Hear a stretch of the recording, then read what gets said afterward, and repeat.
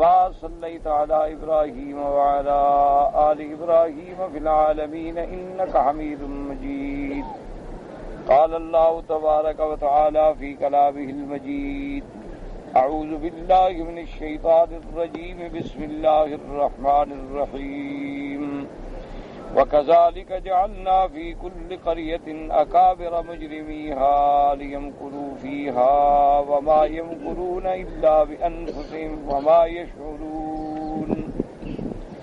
وإذا جاءتهم آية قالوا لن نؤمن حتى نؤتى مثل ما أوتي رسل الله الله أعلم حيث يجعل رسالته سيصيب الذين أجرموا صغار عند الله وعذاب شديد بما كانوا يمكرون.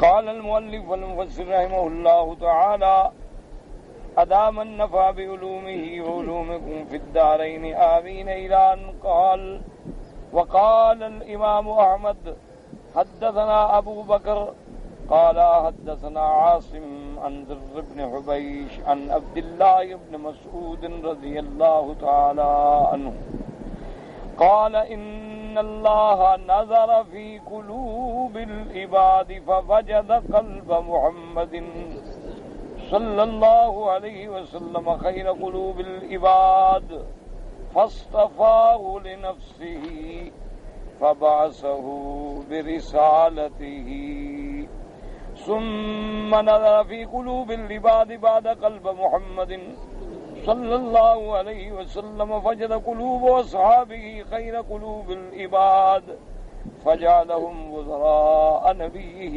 يقاتلون على دينه فما رآه المسلمون حسنا فهو عند الله حسن وما رآه المسلمون سيئا فهو عند الله سيئ. اب مفسر رحمۃ اللہ علیہ تفسیر میں بیان فرما رہے ہیں کہ امام احمد رحمۃ اللہ علیہ نے حضرت عبداللہ ابن مسعود رضی اللہ تعالی عنہ سے روایت کی ہے کہ اللہ تبارک و تعالی نے ان اللہ نظر فی قلوب العباد، اللہ تبارک و تعالی نے اپنے تمام بندوں جتنی مخلوق اللہ نے پیدا فرمائی ہے سب کے قلوب میں دیکھا. یاد رکھیں ہر چیز اللہ کے سامنے ہے. معنی یہ ہوتا ہے کہ یہ کوئی خاص نظر ہے. جیسے قیامت والے دن اللہ قرآن میں فرماتے ہیں کہ لا ينظرهم اللہ یوم القیامت ولا یزکیہم، اللہ کافروں پر نظر نہیں فرمائیں گے. کوئی چیز ان سے چھپی ہوئی تو نہیں ہے. تو کیا مانا؟ یعنی ان کی طرف کوئی التفات، کوئی مہربانی، کوئی نظر نہیں ہو. اسی طرح اللہ نے تمام مخلوق جو پیدا فرمائی ہے، اب پیدا فرمانے والے کے تو سامنے ہر چیز ہے، لیکن اللہ نے پھر خاص نظر فرمائی اپنی تمام مخلوق کے بندوں کے دلوں پر، تو محمد پاک جیسا دل کسی کا نظر نہیں. یعنی سب سے خیر قلب جو ہے وہ محمد مصطفیٰ صلی اللہ علیہ وسلم. تو اللہ نے پھر انہیں اپنی نبوت و رسالت کے لیے چن لیا. ویسے تو تمام انبیاء جو ہیں وہ خیر ہیں. یاد رکھیں تمام انبیاء شان والے ہیں، تمام رسول شان والے ہیں، ان سب کے قلوب طاہر و مطہر و پاکیزہ ہیں. لیکن اللہ نے جو شان قلب محمد مصطفیٰ کو عطا فرمائی ہے وہ کسی کو صلی اللہ علیہ وسلم. اور یہ دلائل کیوں آ رہے ہیں؟ پہلے اس بات کو دماغ میں رکھیں کہ وَإِذَا جَاءَتْهُمْ آيَةٌ قَالُوا لَن نُؤْمِنَ حَتَّى أُوتِيَ مِثْلَ مَا أُوتِيَ رُسُلُ اللَّهِ اللَّهُ أَعْلَمُ حَيْثُ يَجْعَلُ رِسَالَتَهُ. کافر یہ مطالبہ کرتے تھے کہ ہم ایمان نہیں لے آئیں گے جیسے اللہ نے محمد عربی صلی اللہ علیہ وسلم پہ وحی بھیجی ہے ہم پر بھی وحی بھیجی. تو اس کے رد میں اللہ نے فرمایا جاہلو، یہ تو اللہ جانتا ہے کہ میری وحی اور نبوت و رسالت کا قابل اور اس بوجھ کو اٹھانے والا اور اس کے لائق کون ہے. ہم نے ایسے تو نہیں محمد عربی کو چن لیا ہے، وہ تو ساری کائنات سے افضل ہے. تم اس کا مقابلہ کرنا چاہتے ہو کہ تم پر بھی وحی آئے؟ تم جو کفار ہو تم جو معاندین ہو، تم جو مستکبرین ہو، تم میرے مدنی کا مقابلہ کرنا چاہتے ہو؟ مدنی کی شان تو رب جانتا ہے کہ اللہ نے جس کو رسالت کے لیے چن لیا. تو اس لیے فرماتے کہ ان اللہ نظر فی قلوب العباد، اللہ پاک نے تمام مخلوق کے دلوں کو دیکھا تو سب سے بہتر دل جو ہے وہ محمد مصطفیٰ صلی اللہ علیہ وسلم کا پایا. فبعث اللہ بنبوتہ و رسالتہ، اللہ پاک نے آپ کو چن لیا نبوت و رسالت کے لیے. اور اس کے بعد فرماتے ثم نظر فی قلوب العباد، اللہ پاک نے یہ نظر تو تھی نبوت کے لیے کہ نبوت و رسالت کے لائق کون ہے. اب دوسری نظر ہے کہ میرے مدنی کے یار بننے کے قابل کون ہے. اللہ نے پھر ساری مخلوق میں نظر ڈالی اور پھر جن دلوں میں خیر تھی وہ چن لیے اور ان کو میرے مدنی محمد مصطفیٰ کا وزیر بنا دیا، ان کو صحابہ بنا دیا. تو جیسے نبی کو اللہ نے چنا ہے، صحابہ کو بھی میرے اللہ نے چنا. اس لیے حضور پاک صلی اللہ علیہ وسلم فرماتے ہیں کہ اللہ نے مجھے بھی چن لیا ہے، اللہ تبارک و تعالی نے مجھے بھی ساری کائنات میں سے منتخب فرمایا ہے اور اس کے بعد میرے صحابہ کو بھی منتخب فرمایا ہے. فجعلہم انصاری و اصحاری، ان میں اللہ نے بعد میرے مددگار بنائے، بعد میرے عزیز اور رشتہ دار بنائے، بعض کو میری قرابت داری کے لیے چن لیا. تو جیسے ساری کائنات میں حبیب کبریا ایک اللہ کی منتخب ذات ہے، اسی طرح اصحاب محمد مصطفیٰ صلی اللہ علیہ وسلم کو بھی اللہ نے چن لیا ہے کہ یہ ہیں میرے مدنی کے غلام بننے کے قابل، یہ ہیں میرے مدنی پاک کے اصحاب بننے کے قابل، اور یہ ہیں میرے مدنی کے اصحار و انصار بننے کے قابل. ان کا استفاء اور اجتباء جو ہے وہ بھی اللہ نے اپنے حکم سے فرمایا. اسی لیے احادیث مبارک میں آتا ہے کہ جس دن جنگ بدر تھی، یوم الفرقان، اور سب سے پہلا غزوہ ہے، سب سے پہلی جہاد ہے، سب سے پہلی لڑائی ہے مسلمانوں کی کافروں کے ساتھ. اس سے پہلے کوئی موقع نہیں. پہلے تو مکی زندگی ہے اور مکی زندگی میں تو مسلمان کمزور تھے. مکی زندگی کے بعد ہجرت ہے مدینہ منورہ، اور مدینہ منورہ کی ہجرت کے بعد یہ پہلا ٹکراؤ ہے جو کفر اور اسلام کے درمیان. یہ پہلا غزوہ ہے، پہلا ٹکراؤ ہے، پہلی قتال ہے، پہلا جہاد ہے، پہلی لڑائی. اب سرکار دو عالم رحمت دو جہاں صلی اللہ علیہ وسلم، اچھا لطف کی بات یہ ہے کہ حضور پاک تو جنگ کے لیے نکلے ہی نہیں. یعنی حضور پاک جب مدینے پاک سے نکلے ہیں تو کوئی جہاد کا ارادہ ہی نہیں، غزوے کا ارادہ نہیں، قتال کا ارادہ ہی نہیں. وہ تو مقصد صرف یہ تھا کہ ابو سفیان کے قافلہ جو ہے تجارتی، اس پہ حملہ کیا جائے اور کفار مکہ کو اقتصادی ضرب پہنچائی جائے. اللہ کو منظور یہی تھا کہ وہ قافلہ سمندر کا کنارہ لے کے مکے نکل گیا اور ان کا ٹکراؤ ہو. تو اب میرے محبوب جو ہیں، محبوب دو جہاں، رحمت للعالمین، اللہ کروڑوں صلاۃ و سلام ہوں حضور پاک کی ذات پاک پہ، آپ بہت پریشان، بے انتہا حضور فکر مند ہیں.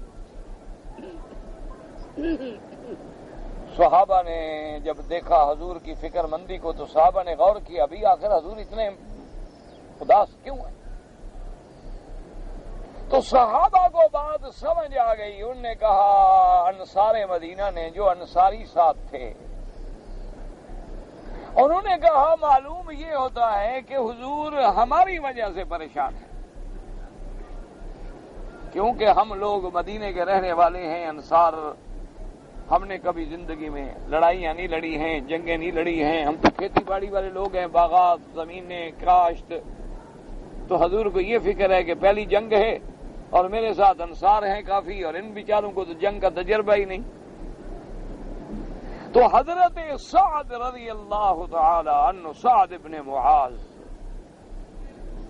مدینہ منورہ کے دو ہی بڑے قبیلے تھے، ایک اوس اور ایک خزرج، یہ دونوں انصاری تھے. اور خدا کی قدرت ہے کہ اوس کے بڑے جو تھے ان کا نام سعد بن معاذ تھا، اور خزرج کے جو بڑے تھے وہ سعد بن عبادہ تھے، دونوں سعد۔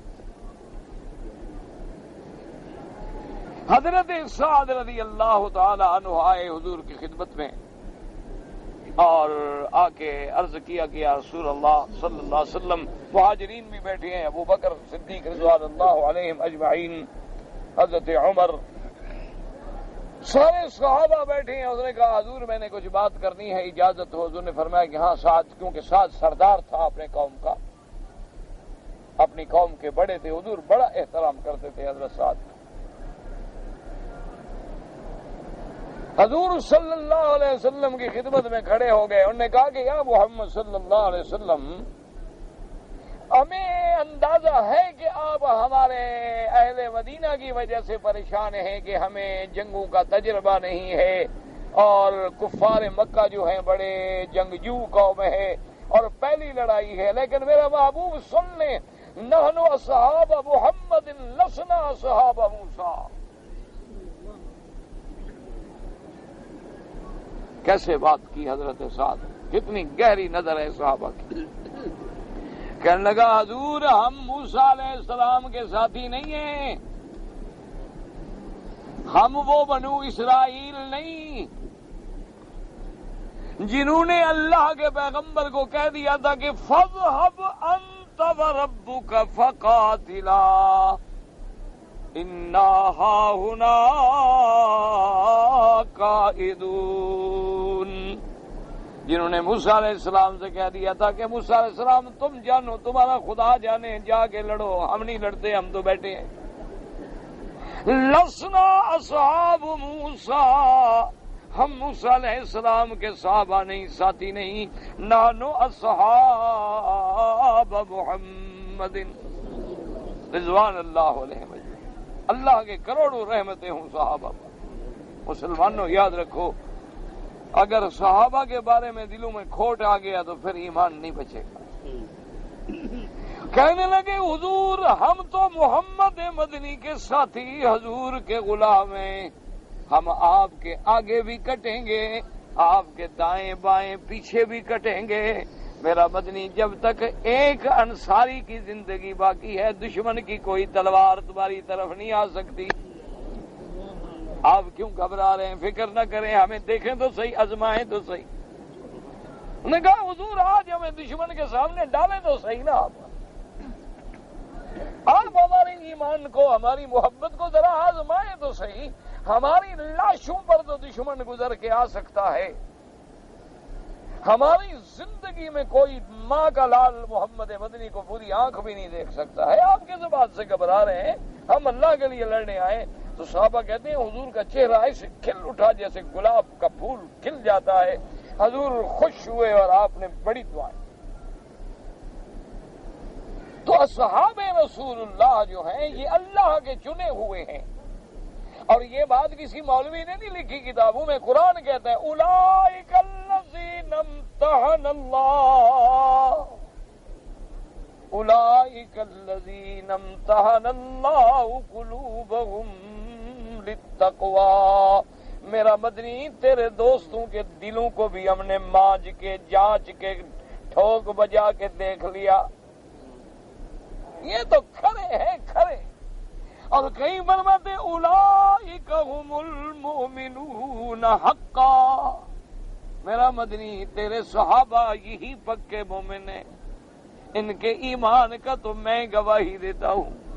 کہیں فرماتے ہیں لقد رضی اللہ عن المؤمنین اذ یبایعونک تحت الشجرۃ فعلم ما فی قلوبہم، میرا مدنی پاک جو آج تیری بیعت کر رہے ہیں، ہم نے ان کے دلوں کو جھانک کے دیکھ لیا ہے، یہ پکے مومن ہیں، ہم ان پہ راضی ہیں، بلکہ ان کا شان تو اتنا اونچا ہے کہ جب یہ آپ کی بیعت کر رہے تھے، ایک صحابی کا ہاتھ تھا، ایک میرا مدنی تیرا ہاتھ تھا، اور ایک اللہ کا ہاتھ تھا، اور جن کے ہاتھوں پہ خدا نے ہاتھ رکھا ہو تمہیں ان کے ایمان میں شک ہے؟ اس سے بڑی بد نصیبی کیا ہو سکتی ہے کہ دشمنوں نے مسلمانوں کو لڑا دیا ہے، کہیں صحابہ کے نام پہ لڑا دیا، کہیں اہل بیت کے نام پہ لڑا دیا، کہیں اللہ کے نبی کی محبت میں اور توحید پہ لڑا دیا، اور کہیں اولیاء اللہ کے نام پہ لڑا دیا ہے، اور کہیں بدعات کے دامن میں غرق کر کے لڑا دیا ہے، اور کہیں مسلک کے فروعی مسئلوں میں لڑا دیا ہے کہ یہ امت مسلمہ جو ہے یہ لڑتی رہے، اگر یہ اتفاق ہو گیا، اتحاد ہو گیا تو اسی دن کفر مر جائے گا۔ کافروں کو پتہ ہے، آپ دیکھتے نہیں ہیں کہ آج مسلمانوں کے پلے میں کچھ نہیں ہے، یعنی ہمارے پلے میں تو اتنی طاقت بھی نہیں کہ ہم قادیانی کا جواب جو ہے چینل پہ دے سکیں، ہمارے پلے میں تو یہ بھی نہیں ہے کہ مرزا جھوٹا دجال متنبی کا خلیفہ جو ہے وہ تو ڈش پہ روزانہ کفر پھیلاتا ہے، لیکن ہم اس کا جواب دینے کی طاقت نہیں رکھتے۔ ہمارے پاس کہاں پیسہ آ گیا کہ ہم چینل پہ جا کے اپنی تقریر کریں، ہم تو اس کا جواب بھی نہیں دے سکتے۔ پوری دنیا میں سب سے بڑا جہاں دیکھو اسلام، مسلمان مسلمان مسلمان، اور بھئی جب مسلمانوں کے پلے میں کچھ نہیں ہے، نہ جدید علم ہے، نہ ٹیکنالوجی ہے، نہ ان کے پاس جدید ہتھیار ہیں، نہ ان کے پاس مالی طاقت ہے، نہ اقتصادی قوت ہے، آخر وجہ کیا ہے کہ کفر ہر جگہ اپنے ایوانوں میں مسلمانوں سے ڈر رہا ہے؟ وجہ کیا؟ پاگل ہو گئے؟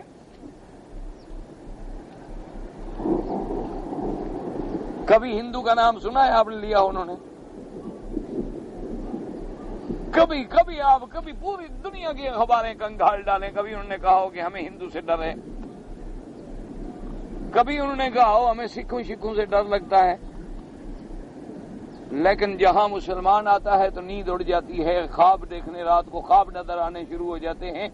وجہ کیا ہے؟ ان کو پتا ہے کہ اسلام اتنی بڑی طاقت ہے کہ جس دن ان میں اتحاد و اتفاق ہو گیا اس دن دنیا سے کفر مٹ جائے گا، اور ان کو پتا ہے کہ ان کے پیغمبر نے ایک خبر دی ہے کہ ایک وقت آئے گا ادخلہ اللہ الاسلام بعز عزیز او بذل ذلیل، ان کے نبی نے خبر دی ہے کہ ایک وقت آئے گا کوئی پتھر کا گھر، کوئی خیمہ، کوئی بالوں کا بنا ہوا خیمہ باقی نہیں رہے گا مگر اسلام داخل ہو کے رہے گا۔ ان کو پتا ہے کہ اسلام غالب آئے گا، اسی لیے تو وہ تڑپ رہے ہیں، اسی لیے تو چیخ رہے ہیں۔ ساری دنیا کا میڈیا کھول کے بیٹھ جائیں، ساری دنیا کے میڈیا پہ نظر رکھیں، صرف ایک مسئلہ آپ کو نظر آئے گا، مسلمان اور مسلمان اور مسلمان اور مسلمان۔ کیوں؟ ان کو پتا ہے کہ اگر کفر سے ٹکرانے کی کوئی طاقت رکھتا ہے تو اسلام ہے۔ ایمان سے کہیں، سارے مکے کی پوری قوت ہے اور سامنے بلال ہے، غلام ہے، نہتھا ہے، جس کے پلے میں اتنی طاقت بھی نہیں کہ اپنے زخموں پہ مرہم لگا دے۔ دشمن کو تو کیا مارے گا، دشمن کو تو کیا مقابلہ کرے گا؟ چلو اپنے زخموں پہ تھوڑا سا مرہم رکھنے کے لیے مرہم ہی مل جائے، یا جب عذاب دیں تو تھوڑا سا سائے میں کوئی ڈالنے والا مل جائے کہ بھئی مارو اس کو، عذاب دو لیکن کم از کم دھوپ میں تو نہ مارو۔ جب آگ کے انگاروں پہ رکھا جاتا ہے، تڑپایا جاتا ہے، تو کوئی آدمی آ کر کم از کم 2 منٹ کے لیے تو اتار دے۔ یعنی بلال تڑپ رہا ہے، اسی طرح اس عذاب میں بے ہوش ہو جاتا ہے، اور جب آنکھ کھلتی ہے احدن احدن، پورا جسم چھلنی کر دیا دشمنوں نے مار مار کے۔ ماں کو بھیجا کہ بلال کو سمجھاؤ دماغ خراب ہو گیا ہے، اس کا مر جائے گا۔ ماں آخر ماں ہوتی ہے، بلال کے سرانے بیٹھی ہے، بیچاری جگا رہی ہے، بلال مار سے بے ہوش ہے، ظلم سے اتنا بے ہوش ہو گیا ہے۔ جب آنکھ کھلی دیکھا ماں ہے، ماں نے کہا بیٹا کسی کو بتانے کی ضرورت نہیں، مسلمان تو میں بھی ہو گئی ہوں، میں نے بھی کلمہ پڑھ لیا ہے، لیکن چپ کر جاؤ، ہم ان کا کیا مقابلہ کر سکتے ہیں، ایسے چپ کر جاؤ بس، ٹھیک ہے۔ تو بلال کے چہرے پہ مسکراہٹ آتی ہے اور کہتا ہے اماں آج مجھے پتہ لگ گیا کہ مکے کے کافر ہار گئے، آج میری خوشی کا دن ہے، آج تو میری جیت کا دن ہے۔ انہوں نے کہا پاگل ہو گیا شاید مار سے۔ انہوں نے کہا کیسے ہار گئے؟ اس نے کہا ان کے پاس طاقت ہوتی تو میری ماں کو منت کرتے، ان کو کہو آزمائیں، بلال کے روئیں روئیں سے اللہ کا نام نکلے گا، کہو مقابلہ کرے ابو جہل کو، وہ مار سکتا ہے مارے مجھے، لیکن جب تک میری روح ہے میرے روئیں روئیں سے توحید کی پکار نکلے گی۔ ایمان سے کہیں آخر ابو جہل ہار گیا یا بلال ہار گیا؟ ٹھنڈے دل سے دیکھیں، تاریخ سامنے رکھ کے دیکھیں کہ آخر شکست کس نے کھائی۔ سرکار دو جہاں کو ہجرت میں مجبور کرنے والے کے اکیلے غار میں بیٹھے ہیں، ایک میرا مدنی ہے ایک صدیق، یعنی کوئی تیسرا ساتھی نہیں۔ ایمان سے کہیں پھر میرے مدنی پاک کی جیت ہوئی یا کافروں کی جیت ہوئی؟ پھر اسی مکے میں میرا محبوب فاتح بن کے آیا کہ نہیں آیا؟ کفر کو پتا ہے، ان نے تاریخ پڑھی ہے، ان نے تمہاری طرح قرآن شریف تویزوں کے لیے نہیں پڑھا۔ تم نے تو قرآن شریف پڑھا ہے نا تویز لکھنے کے لیے، قسم کھانے کے لیے جھوٹی سچی۔ تم نے تو قرآن شریف پڑھا ہے ماشاءاللہ، کو مردہ شریف مر گیا تو ماشاءاللہ مولوی کو 4 روپے مل جائیں گے انشاءاللہ ایمان بیچنے کے، ہیلا صدقہ اسقات بخشوارا ہے اوپر سے قرآن پھیر کے، اور اندر جو قرآن نہیں ابو جہل کے، اوپر والا قرآن کیا کرے گا؟ ایسے بخشوانا ہوتا تو سارے کافروں کو جا کے بخشوا لو۔ قرآن جب تک اندر نہ اترے، قرآن جب تک سینے میں نہ اترے، اوپر پھیرنے سے فائدہ نہیں ہوتا۔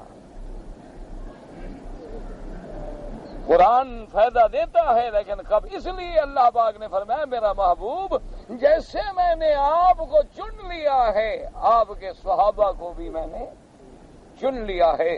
باقی یاد رکھو، دنیا میں باپ بیٹے کی لڑائی ہوتی ہے، بھائی بھائی کی لڑائی ہوتی ہے، میاں بیوی کی لڑائی ہوتی ہے، گھروں میں جھگڑے ہوتے ہیں، خاندانوں میں جھگڑے ہوتے ہیں، تو جو اچھے لوگ ہوتے ہیں، جو شریف لوگ ہوتے ہیں، وہ اپنے ان جھگڑوں کو لے کے بازاروں میں نہیں جاتے، وہ کہتے ہیں بابا یہ گھر کا مسئلہ ہے، گھر میں جھگڑا نمٹا لو۔ اگر صحابہ میں بھی کوئی جھگڑے ہوئے ہیں، ان میں بھی کوئی لڑائی ہوئی ہے، ان میں بھی کوئی اختلاف ہوا ہے، تو جب مالک نے معاف کر دیا ہے تو تم کون ہو زبان کھولنے والے؟ جب اللہ نے دونوں کے بارے میں کہہ دیا بھائی لڑائی ہوئی غلطی ہوئی ہم دونوں سے راضی ہیں، بس رضی اللہ عنہم ورضوا۔ یعنی سیدہ عائشہ رضی اللہ تعالی عنہا امہات المؤمنین اور سیدنا علی رضی اللہ عنہ، جنگ ہے، لڑائی ہے، لیکن جب بی عائشہ رضی اللہ تعالی عنہا کا ہودج جو ہے اونٹ سے گرتا ہے اور بی گرتی ہے، سب سے پہلے دوڑ کے کپڑے ڈالنے والا حضرت علی ہے۔ کیوں؟ انہوں نے کہا ماں تم میری ماں ہو، میں بیٹا ہوں، بیٹا کیسے برداشت کر سکتا ہے کہ اماں کی عزت و حرمت پہ حرف آئے؟ تو اس لیے اللہ کا فیصلہ ہے کہ رضی اللہ عنہم ورضوا عنہ، ہم سب سے راضی ہو گئے۔ کیوں راضی ہو گئے؟ یاد رکھو علماء نے لکھا ہے کہ قیامت والے دن تیرے میرے عملوں پہ فیصلے ہوں گے اور صحابہ کا نسبت محمد پہ فیصلہ ہوگا کہ یہ کون ہے اصحاب، بس اتنا ہی کافی ہے۔ بس ان کے لیے اور کسی سرٹیفکیٹ کی ضرورت نہیں ہے، ان کے لیے اور تیرے کسی میڈل دینے کی ضرورت نہیں ہے، ان کے لیے یہی اعزاز ہی کافی ہے کہ وہ کس کے دوست ہیں؟ کافر کس کے دوست ہیں؟ اصحاب النار،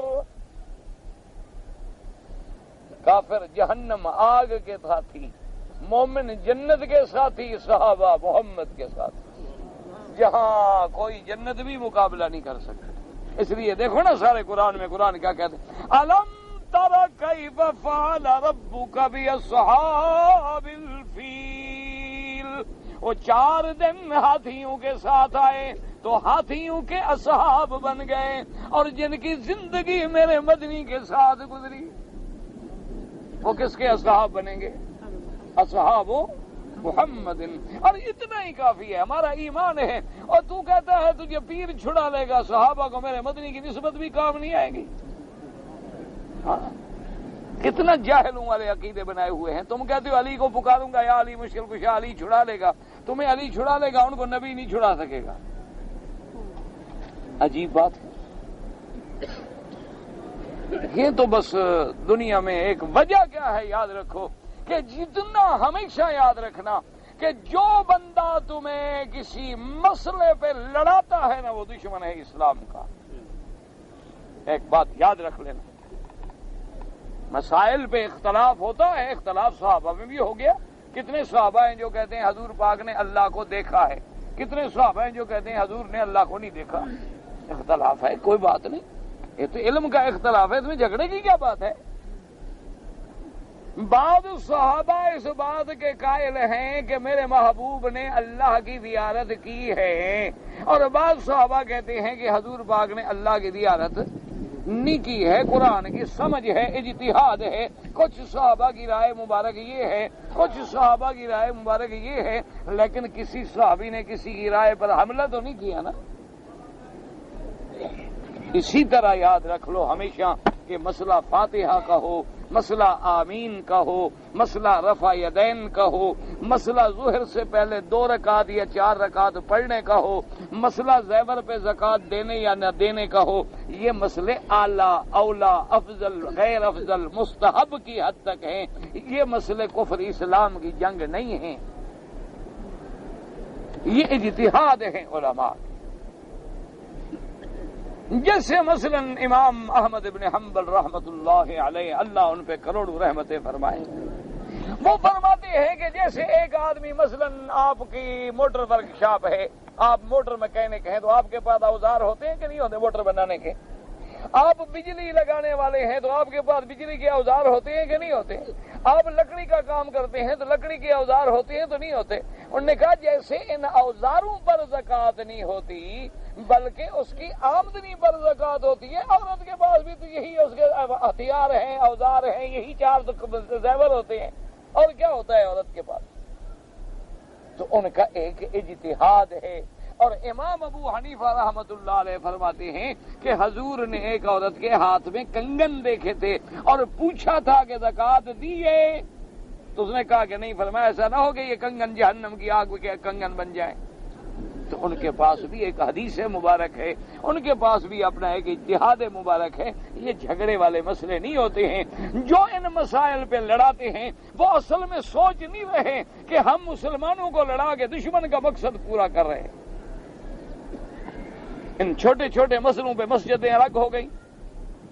تمہاری مسجد اپنی، میری مسجد اپنی، اس محلے کی مسجد اپنی، اس محلے کی مسجد اپنی، سب کا سپیکر اپنا، سب کا مولوی اپنا.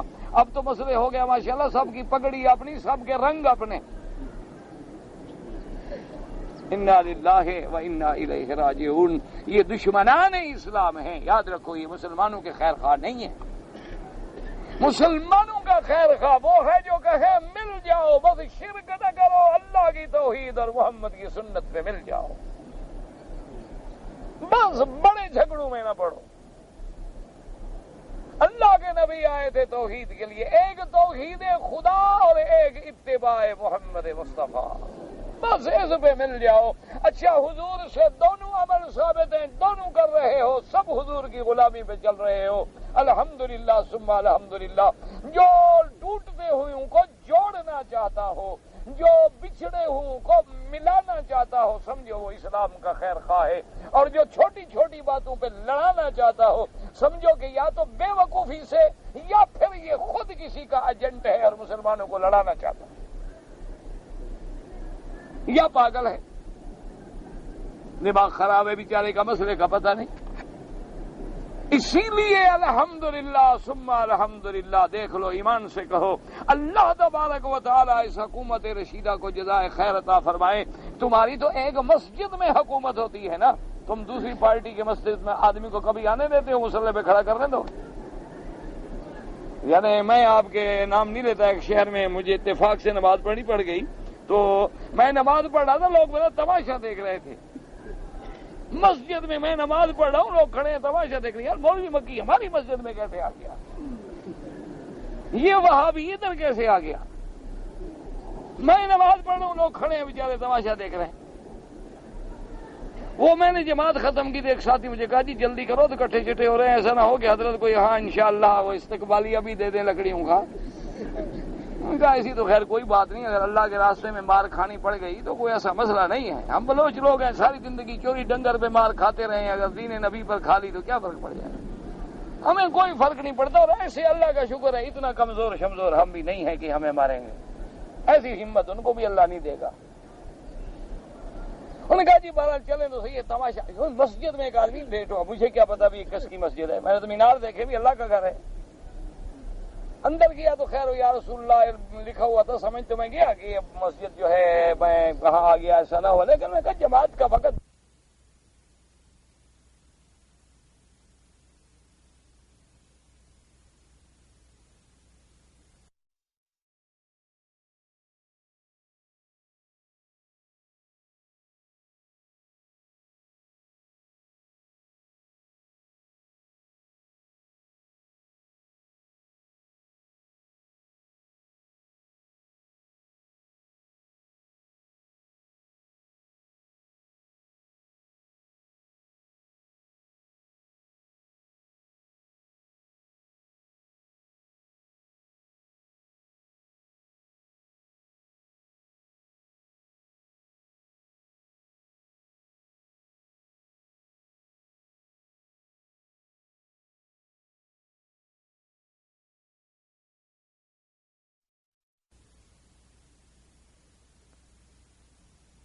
کسی پارٹی کا کیا مطلب، تو اب جناب ادھر آئے دیکھ رہے ہیں جان حیران پریشان، یہ وہاں بھی ہماری مسجد لے گئے، انا للہ و انا الیہ راجعون، انا للہ و انا الیہ راجعون۔ دعا کریں اللہ ان کو یہ دیکھے کہ اللہ اس حکومت کو جزائے خیر دے۔ ایمان سے کہیں اسی کعبے میں شافی کھڑا ہے، حنفی کھڑا ہے، مالکی کھڑا ہے، حنبلی کھڑا ہے، ایک امام کے پیچھے نماز پڑھ کے کوئی ہاتھ چھوڑے کھڑا ہے، کوئی بڑا ہے، کوئی رفع دین کر رہا ہے، کوئی نہیں کر رہا، کوئی زور سے آمین کہہ رہا ہے، کوئی نہیں کہہ رہا، کسی کو آگے رسہ ڈالا ہے کبھی؟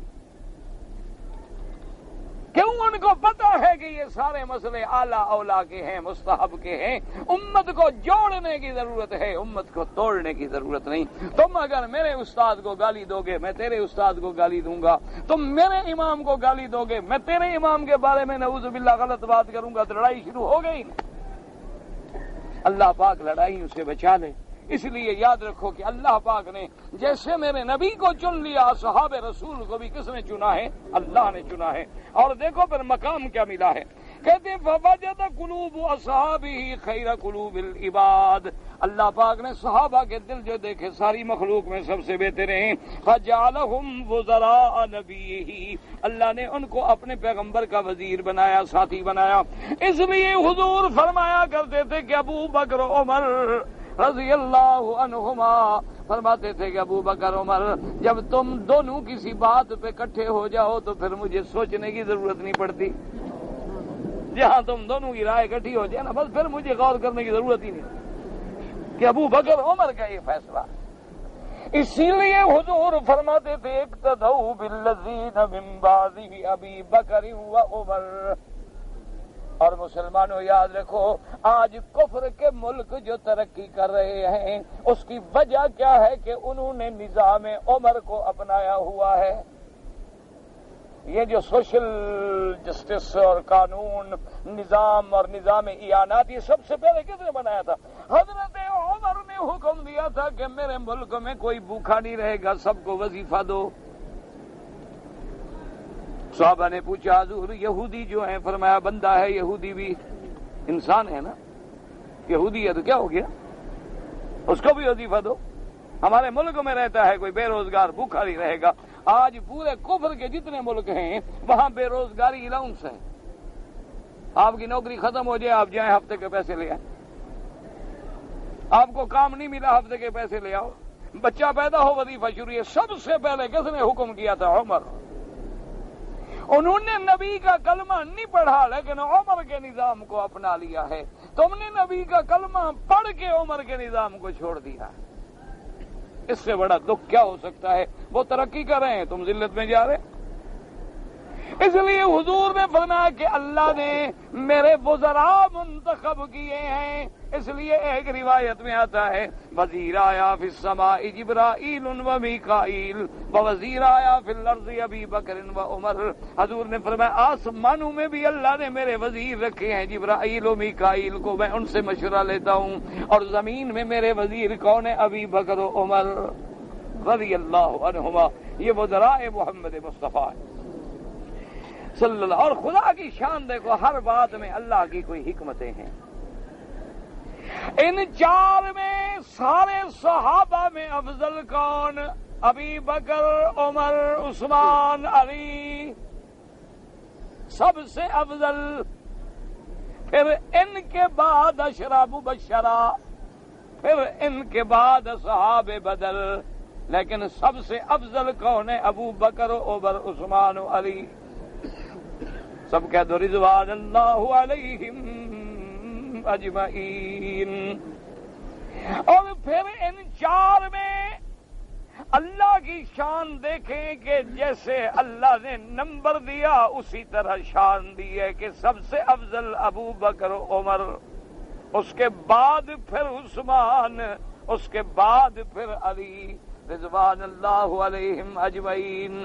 اب ذرا تقدیر کے فیصلوں پہ بھی غور کریں کہ دو کو نبی کا اللہ نے سسر بنایا اور دو کو اللہ نے نبی کا داماد بنا دیا۔ ابو بکر عمر کیا ہے حضور کے؟ ابو بکر کی بیٹی حضور کے گھر میں ہے کہ نہیں؟ عمر کی، تو کیا ہوئے؟ اچھا آپ مجھے بتائیں، سسر افضل ہوتا ہے داماد افضل ہوتا ہے؟ نہ آپ کے ہاں سسر بھی ہوتے ہیں کہ نہیں ہوتے؟ نہ آپ کے نہیں ہیں سسر مار ڈالے ختم۔ نہ سسر نہ ہوتا تو آپ کی بیوی کہاں ہوتی؟ بیوی نہ ہوتی تو اولاد کیسے ہوتی؟ تو سسر کا درجہ باپ کا ہے نا، یوں سمجھو، سسر کا درجہ باپ کا ہے، ساس کا درجہ ماں کا ہے، داماد کا درجہ بیٹے کا ہے، اور بہو کا درجہ بیٹی کا ہے۔ سیدھی سی بات ہے، آج دنیا میں بھی اسی طرح ہے کہ نہیں ہے؟ تو سسر کو آپ وہ عزت دیں گے جو باپ کو دیں گے، داماد کو آپ وہ محبت دیں گے جو بیٹے کو دیں گے، کیونکہ داماد بیٹا ہے، اولاد کے برابر ہے، آخر آپ کی بیٹی ہے اس کے۔ اللہ کی شان دیکھیں کہ ادھر ابو بکر و عمر دو کو حضور کا سسر بنا کے شان بخشا، اور دو کو پھر اللہ نے حضور کا داماد بنا کے شان بخشا کہ وہ داماد کا مرتبہ رکھتے ہیں، بڑی شان ہے، لیکن ابو بکر عمر کا مقابلہ نہیں، کیونکہ وہ سسر ہے۔ اچھا پھر دیکھیں عثمان و علی، اور حضرت عثمان کا شان زیادہ ہے کہ اس کے گھر میں نبی کی دو بیٹیاں ہیں، علی کے گھر میں ایک بیٹی ہے۔ اب یہ اللہ کے فیصلے ہیں، بندے نے کیے ہیں۔ جس کے گھر میں دو بیٹیاں ہوں گی زیادہ شان ہوگا کہ نہیں ہوگا؟ ذی-النورین کیوں ہو گئے؟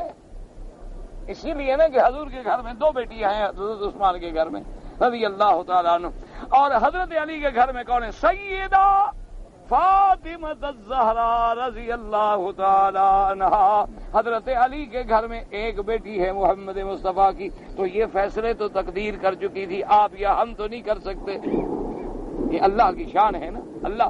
اسی لیے حضرت عمر جب شکایت لے کے آئے میرے محبوب کی خدمت میں، حضرت عمر شکایت لے کے آئے، انہوں نے کہا کہ یا رسول اللہ صلی اللہ علیہ وسلم مجھے حضرت عثمان سے شکایت ہے، میں حضرت عثمان کی شکایت کے لیے آیا ہوں۔ حضور نے فرمایا کیا شکایت ہے عمر؟ انہوں نے کہا حضور میں نے اس کو اپنی بیٹی کے رشتے کے لیے کہا ہے کہ میری بیٹی بیوہ ہو گئی ہے، تم شادی کر لو۔ یا رسول اللہ عثمان نے اتنی پرواہ بھی نہیں کی کہ مجھے جواب دے، چپ کر گئے، بس نہ ہاں نہ حضور دیکھو میں نے اتنا کیا کہ لڑکی والا ہو کے چل کے گیا، بیٹی والے تو نہیں جاتے نا، بیٹے والے تو آتے ہیں مانگنے رشتہ، لڑکیوں والے تو نہیں جاتے بھی میں لڑکی دیتا ہوں۔ لیکن میں نے تو اتنا بھی کیا کہ حضرت عثمان کے دروازے پہ خود گیا کہ میری لڑکی کا رشتہ لے لو، لیکن حضور عثمان نے تو میری اتنی عزت بھی نہیں کی کہ مجھے کم از کم جواب تو دینا کہ بھی ہاں لیتا ہوں نہیں لیتا ہوں، چپ۔ حضور پاک نے فرمایا عمر میرے عثمان سے گلہ نہ کرنا، ناراض نہ ہونا، عثمان بڑے حیا والا ہے، بول نہیں سکتا، ناراضگی نہیں، عثمان میں حیا ہے۔ لیکن سنو عمر، تیری بیٹی اس بندے کی بیوی بنے گی جو عثمان سے افضل ہے، اور عثمان کی بیوی وہ بیٹی بنے گی جو تیری بیٹی سے افضل ہے۔ حضرت عمر کہتے ہیں مجھے کچھ سمجھ نہ آیا، لیکن لما تزوج رسول اللہ حفصہ، جب میری بیٹی کے لیے حضور کا پیغام آیا اور بی بی حفصہ کا شوہر محمد مصطفیٰ بنا، تو مجھے سمجھ آ گئی کہ عمر کی بیٹی کا شوہر وہ بنے گا جو عثمان سے افضل ہے، اور جب عثمان کی بیٹی نبی کے گھر میں گئی مجھے سمجھ آ گیا کہ عثمان کی بیوی وہ بنے گی جو عمر کی بیٹی سے افضل ہے۔ انہوں نے کہا مجھے اب یہ فیصلے اللہ نے تقدیر میں کیے تھے، ہم نے کیے تھے۔ یہاں تو تم جب کہتے ہو نا لڑکے کے او جی لڑکی اور لڑکے کا رشتے، او جی رشتے تو آسمانوں پہ بنتے ہیں، تمہارے رشتے آسمانوں پہ بنتے ہیں، نبی کے رشتے تم نے بنائے تھے؟ ہاں تمہارے بچے بچیوں کے رشتے آسمانوں پہ بنتے ہیں، تو میرے محمد مدنی کے رشتے کہاں بنے؟ وہ بھی تو پھر تقدیر میں بنائے ہیں نا، جب بنا لیے ہیں تو پھر وہی فضیلت ماننی پڑے گی۔ اس لیے حضور نے فرمایا ان اللہ اصطفانی واصطفی لی اصحابی وجعلہم انصاری وازہاری، اللہ پاک نے جیسے مجھے چن لیا ہے ایسے میرے صحابہ کو بھی چن لیا ہے، ان میں سے بعض کو میرا ساتھی بنایا، بعض کو میرا وزیر بنایا، بعض کو میرا سسر بنایا، بعض کو میرا داماد بنایا۔ یہ سارے فیصلے میرے اللہ تبارک و تعالی نے کیے۔ اب اللہ نے فرمایا میرا مدنی میں نے تیرے صحابہ کو تیرے لیے چن لیا ہے، اب میں ان کو کیا مقام دیتا ہوں؟ ما رآہ المسلمون حسنا فَهُوَ عِندَ اللَّهِ حَسَنٌ، جس بات پہ تیرے صحابہ اکٹھے ہو کے کہہ دیں کہ یہ بہتر ہے، اسی بات اللہ کے ہاں بھی منظور ہے اور بہتر ہے۔ جس بات پہ صحابہ اجماع کر لیں، اکٹھے ہو جائیں، بس سمجھ لو وہ میرے اللہ کو یہی منظور ہے۔ اور جس بات پہ صحابہ کہہ دیں کہ یہ بات بری ہے یا غلط ہے، میرا محبوب وہ بات میرے نزدیک بھی بری ہے۔ یعنی اللہ نے وہ مقام پہ دیا ہے کہ اللہ نبی کو اس مقام پہ لے آئے۔ من یطع الرسول فقد اطاع اللہ، جس نے میرے مدنی پاک کی اطاعت کی اس نے کس کی اطاعت کی؟ اللہ کی اطاعت۔ یعنی اللہ اپنے نبی کو اس مرتبے پہ لے آیا ہے کہ تم اطاعت میرے نبی کی جو کرے ہو گویا میری اطاعت کرے ہو، اور پھر صحابہ کو نبی کے مرتبے پہ لے آیا ہے۔ وَمَن يُشَاقِقِ الرَّسُولَ مِن بَعْدِ مَا تَبَيَّنَ لَهُ الْهُدَىٰ وَيَتَّبِعْ غَيْرَ سَبِيلِ الْمُؤْمِنِينَ نُوَلِّهِ مَا تَوَلَّىٰ وَنُصْلِهِ جَهَنَّمَ وَسَاءَتْ مَصِيرًا۔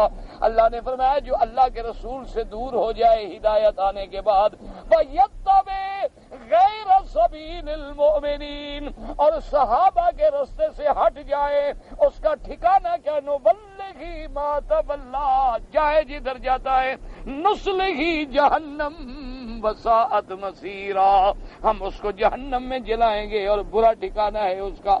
کہ صحابہ کو وہ مقام دے دیا کہ جیسے نبی کی اطاعت خدا کی اطاعت، صحابہ کی اطاعت محمد مصطفیٰ کی اطاعت۔ اس لیے فرماتے ہیں اللہ نے صحابہ کو بھی چن لیا ہے۔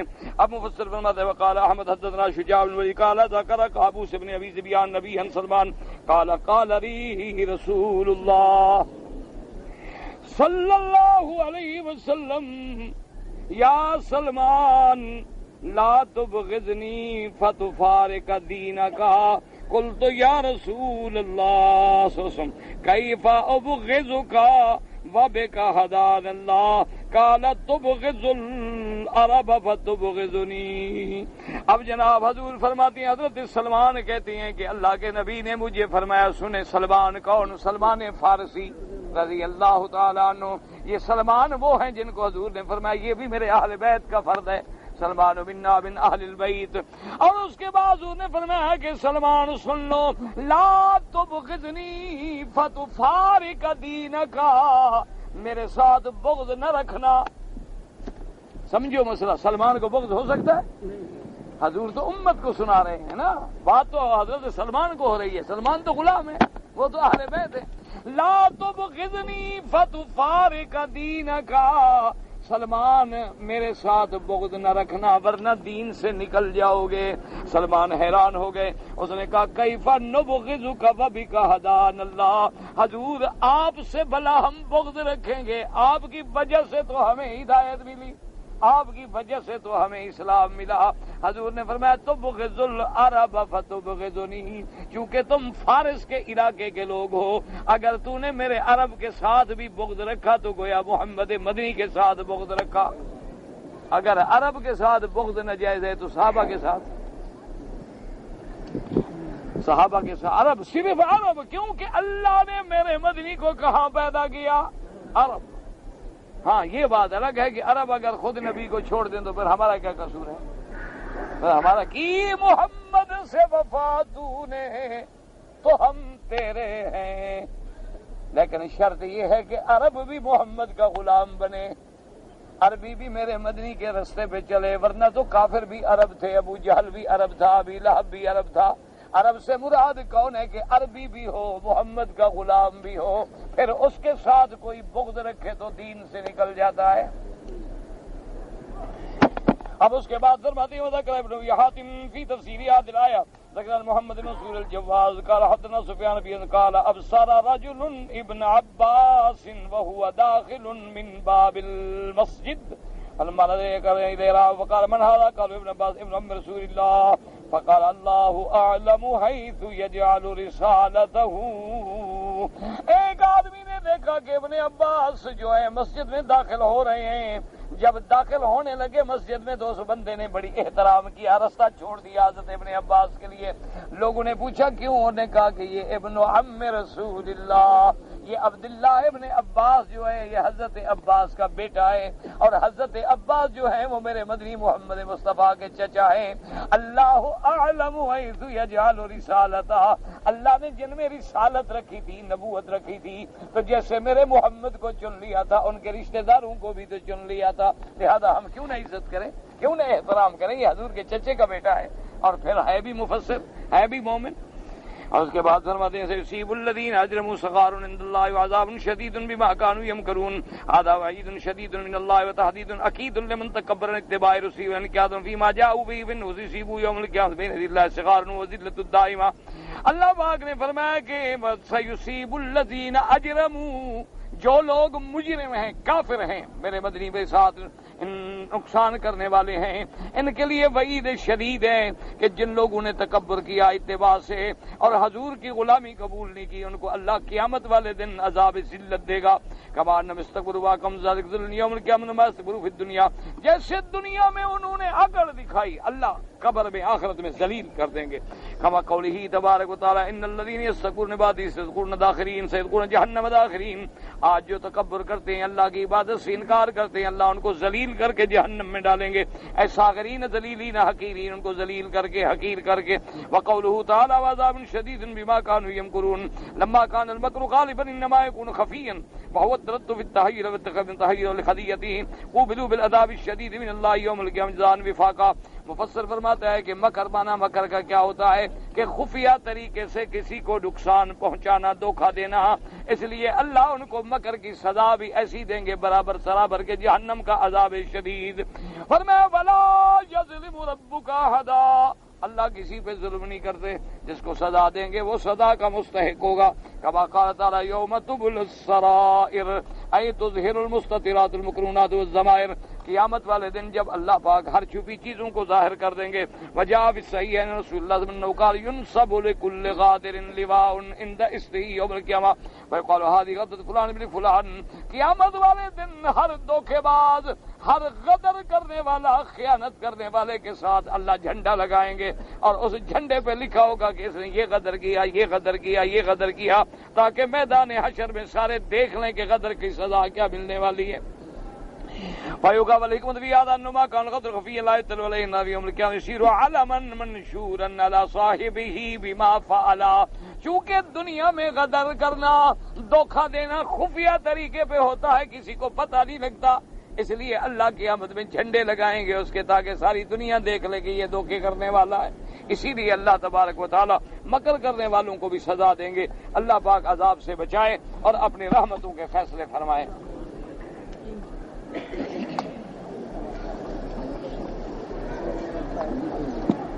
طواف کے بعد دیکھو جی، طواف عمرے میں ہو، حج میں ہو، نفلی ہو، ہر طواف کے بعد 2 رکعت پڑھی جاتی ہے اور وہ امام ابو حنیفہ رحمۃ اللہ علیہ کے نزدیک واجب ہے اور ہر حال میں یعنی نہیں چھوڑ سکتے، جب بھی، حتیٰ کہ ایک دن نہیں پڑھی یاد آ گیا بعد میں بھی پڑھنی ہوگی۔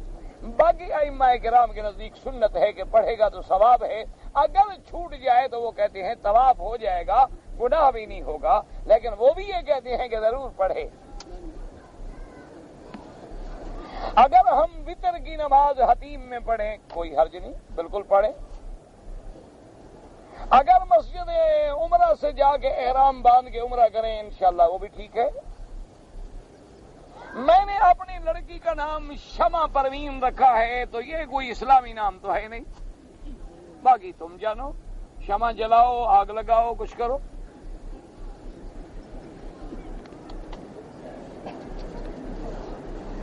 حدیث رسول کی اس مطابق جمعہ کا سننا واجب ہے، ضروری ہر شکل میں۔ غائبانہ نماز جنازہ جو ہے حضور پاک نے نجاشی بادشاہ کا پڑھا ہے، اس لیے بعض علماء غائبانہ جنازے کو جائز سمجھتے ہیں۔ امام ابو حنیفہ رحمۃ اللہ علیہ فرماتے ہیں کہ وہ حضور کا معجزہ تھا کہ اللہ نے آپ کو نجاشی کی موت بھی دکھلا دی اور جنازہ بھی سامنے کر دیا۔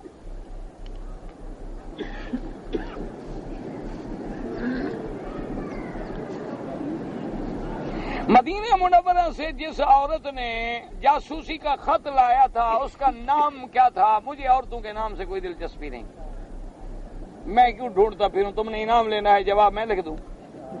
یہ سوال آیا ہوا ہے انعام میں،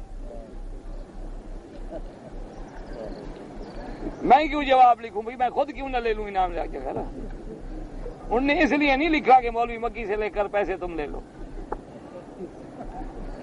حاطب ابن ابی بلتع کا خط لے کے آنے والی جو اس کا نام حنا نہیں تھا، آپ غلط فہمی۔ میرے آنے سے کچھ دیر میں پتہ مجھے تو سمجھ ہی نہیں آتا، کچھ صاف لکھا کرو نا۔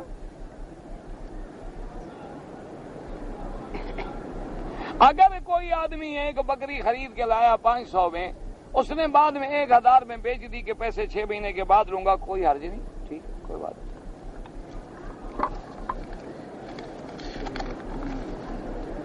کوئی آدمی مر گیا ہے، اس کے لیے طواف عمرہ آپ اپنے لیے کریں، اس کے لیے دعا کریں، اللہ ثواب دے دیں گے۔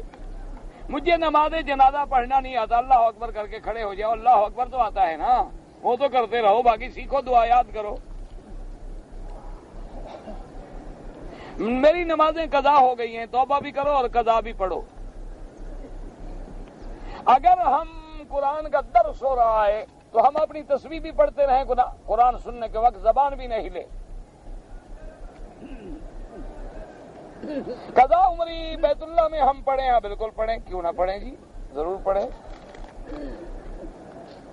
اگر کوئی عورت سونے کے لاکٹ پر اپنا نام لکھوا لے کوئی مسئلہ نہیں، کوئی مسئلہ بھی نہیں، منع بھی نہیں ہے، ضروری بھی نہیں ہے۔ ویسے نام اگر اسلامی لکھا ہو نا تو پھر حمام جائے گی، ادھر جائے گی، ادھر جائے گی، کوئی اچھی بات نہیں ہے۔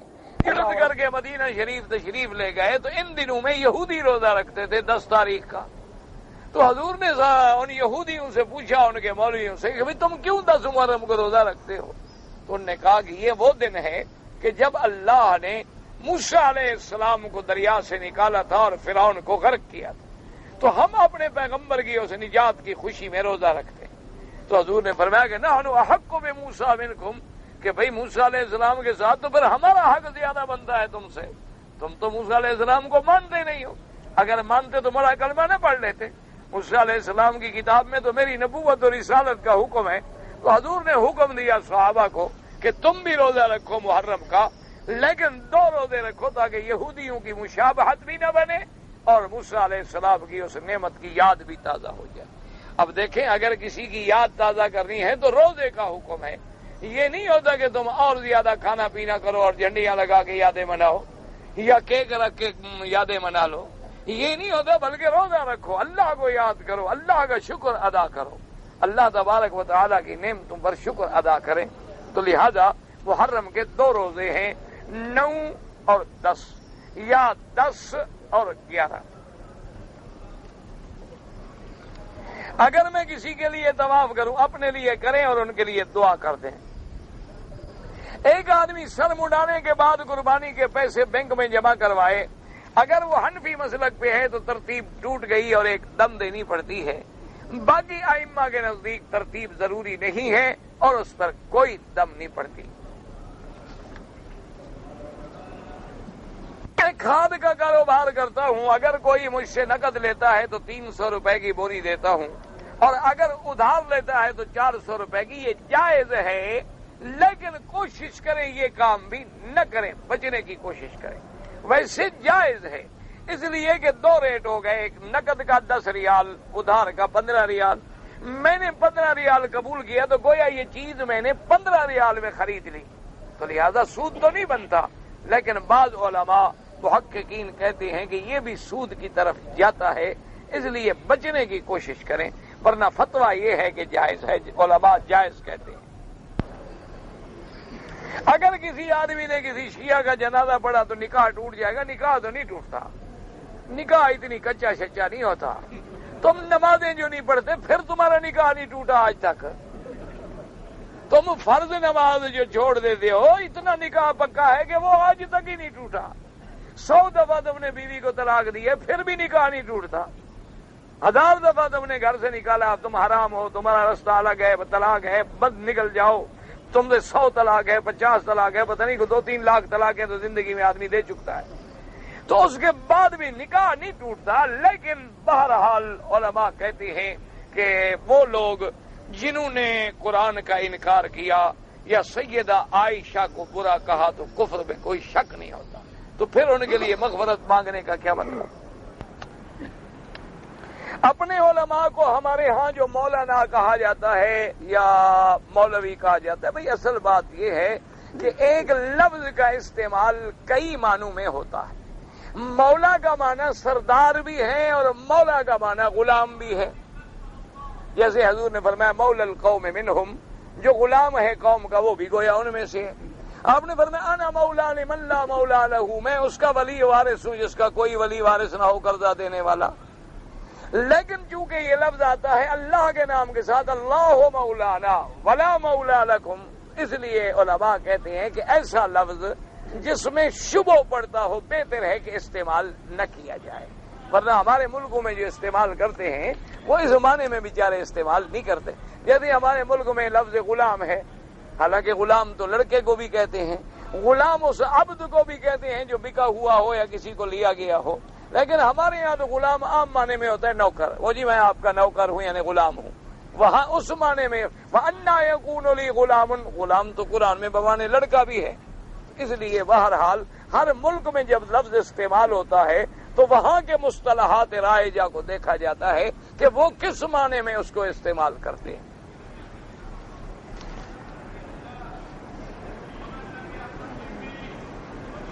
مسلمان ہونے کے لیے کلمہ پڑھ لینا کافی ہے. کیا معنی؟ صرف زبان سے پڑھے ایمان نہ لائے تو کلمہ کیا ہوا؟ ایمان کی تعریف ہی یہ ہے کہ جو تصدیق بالقلب و اقرار باللسان و عمل بالارکان، تب جا کے مسلمان بنے گا. ظاہر زبان سے تو منافق بھی کلمہ پڑھتے تھے. اذا جاءك المنافقون قالوا نشهد انك لرسول الله والله يعلم انك لرسوله والله يشهد ان المنافقين لكاذبون. وہ تو نمازیں بھی پڑھتے تھے، وہ صرف کلمہ نہیں پڑھتے تھے، نمازیں بھی پڑھتے تھے، اور سب سے زیادہ حضور کے قریب بیٹھتے تھے، سب سے زیادہ حضور سے سرگوشیاں کرتے تھے. حضور کبھی جنگ میں تشریف لے جائیں تو ساتھ جاتے تھے. لیکن تھے منافق. صرف زبان سے پڑھنے کا کیا معنی؟ فَاعْلَمْ أَنَّهُ لَا إِلَٰهَ إِلَّا اللَّهُ، لا الہ کے معنی سمجھو اور اس کے مقتضا پہ عمل کرو. دل میں تصدیق ہو، زبان پہ اقرار ہو، اور اس اقرار کی بدن گواہی دے، پھر جا کے آدمی مومن بنتا ہے. ایک آدمی مر گیا، اس کا تصویر گھر میں ہے، تو مرے آدمی پر عذاب ہوتا ہے کہ نہیں ہے؟ تمہاری تصویر رکھنے سے اس کو عذاب کیوں ہو؟ بیچارے کو، تصویر رکھنے والے کو عذاب ہوگا.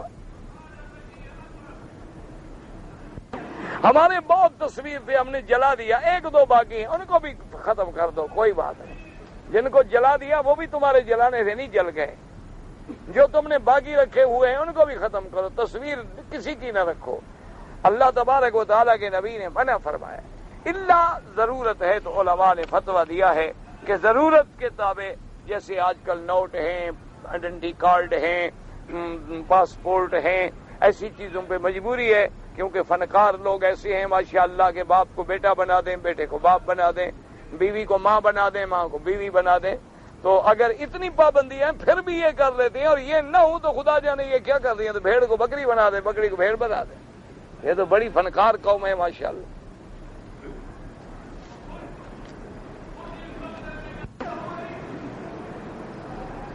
میں نے ابہا سے حج کے دوران میں احرام باندھا، نیت کی حج پتہ نہیں کی، تو میری مہر نہیں لگی ہوئی تھی، واپس اتار دیا.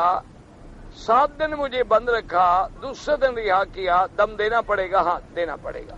اصل بات اصل بات اصل بات اصل بات اصل بات اصل بات اصل بات اصل بات اصل بات اصل بات اصل بات اصل بات اصل بات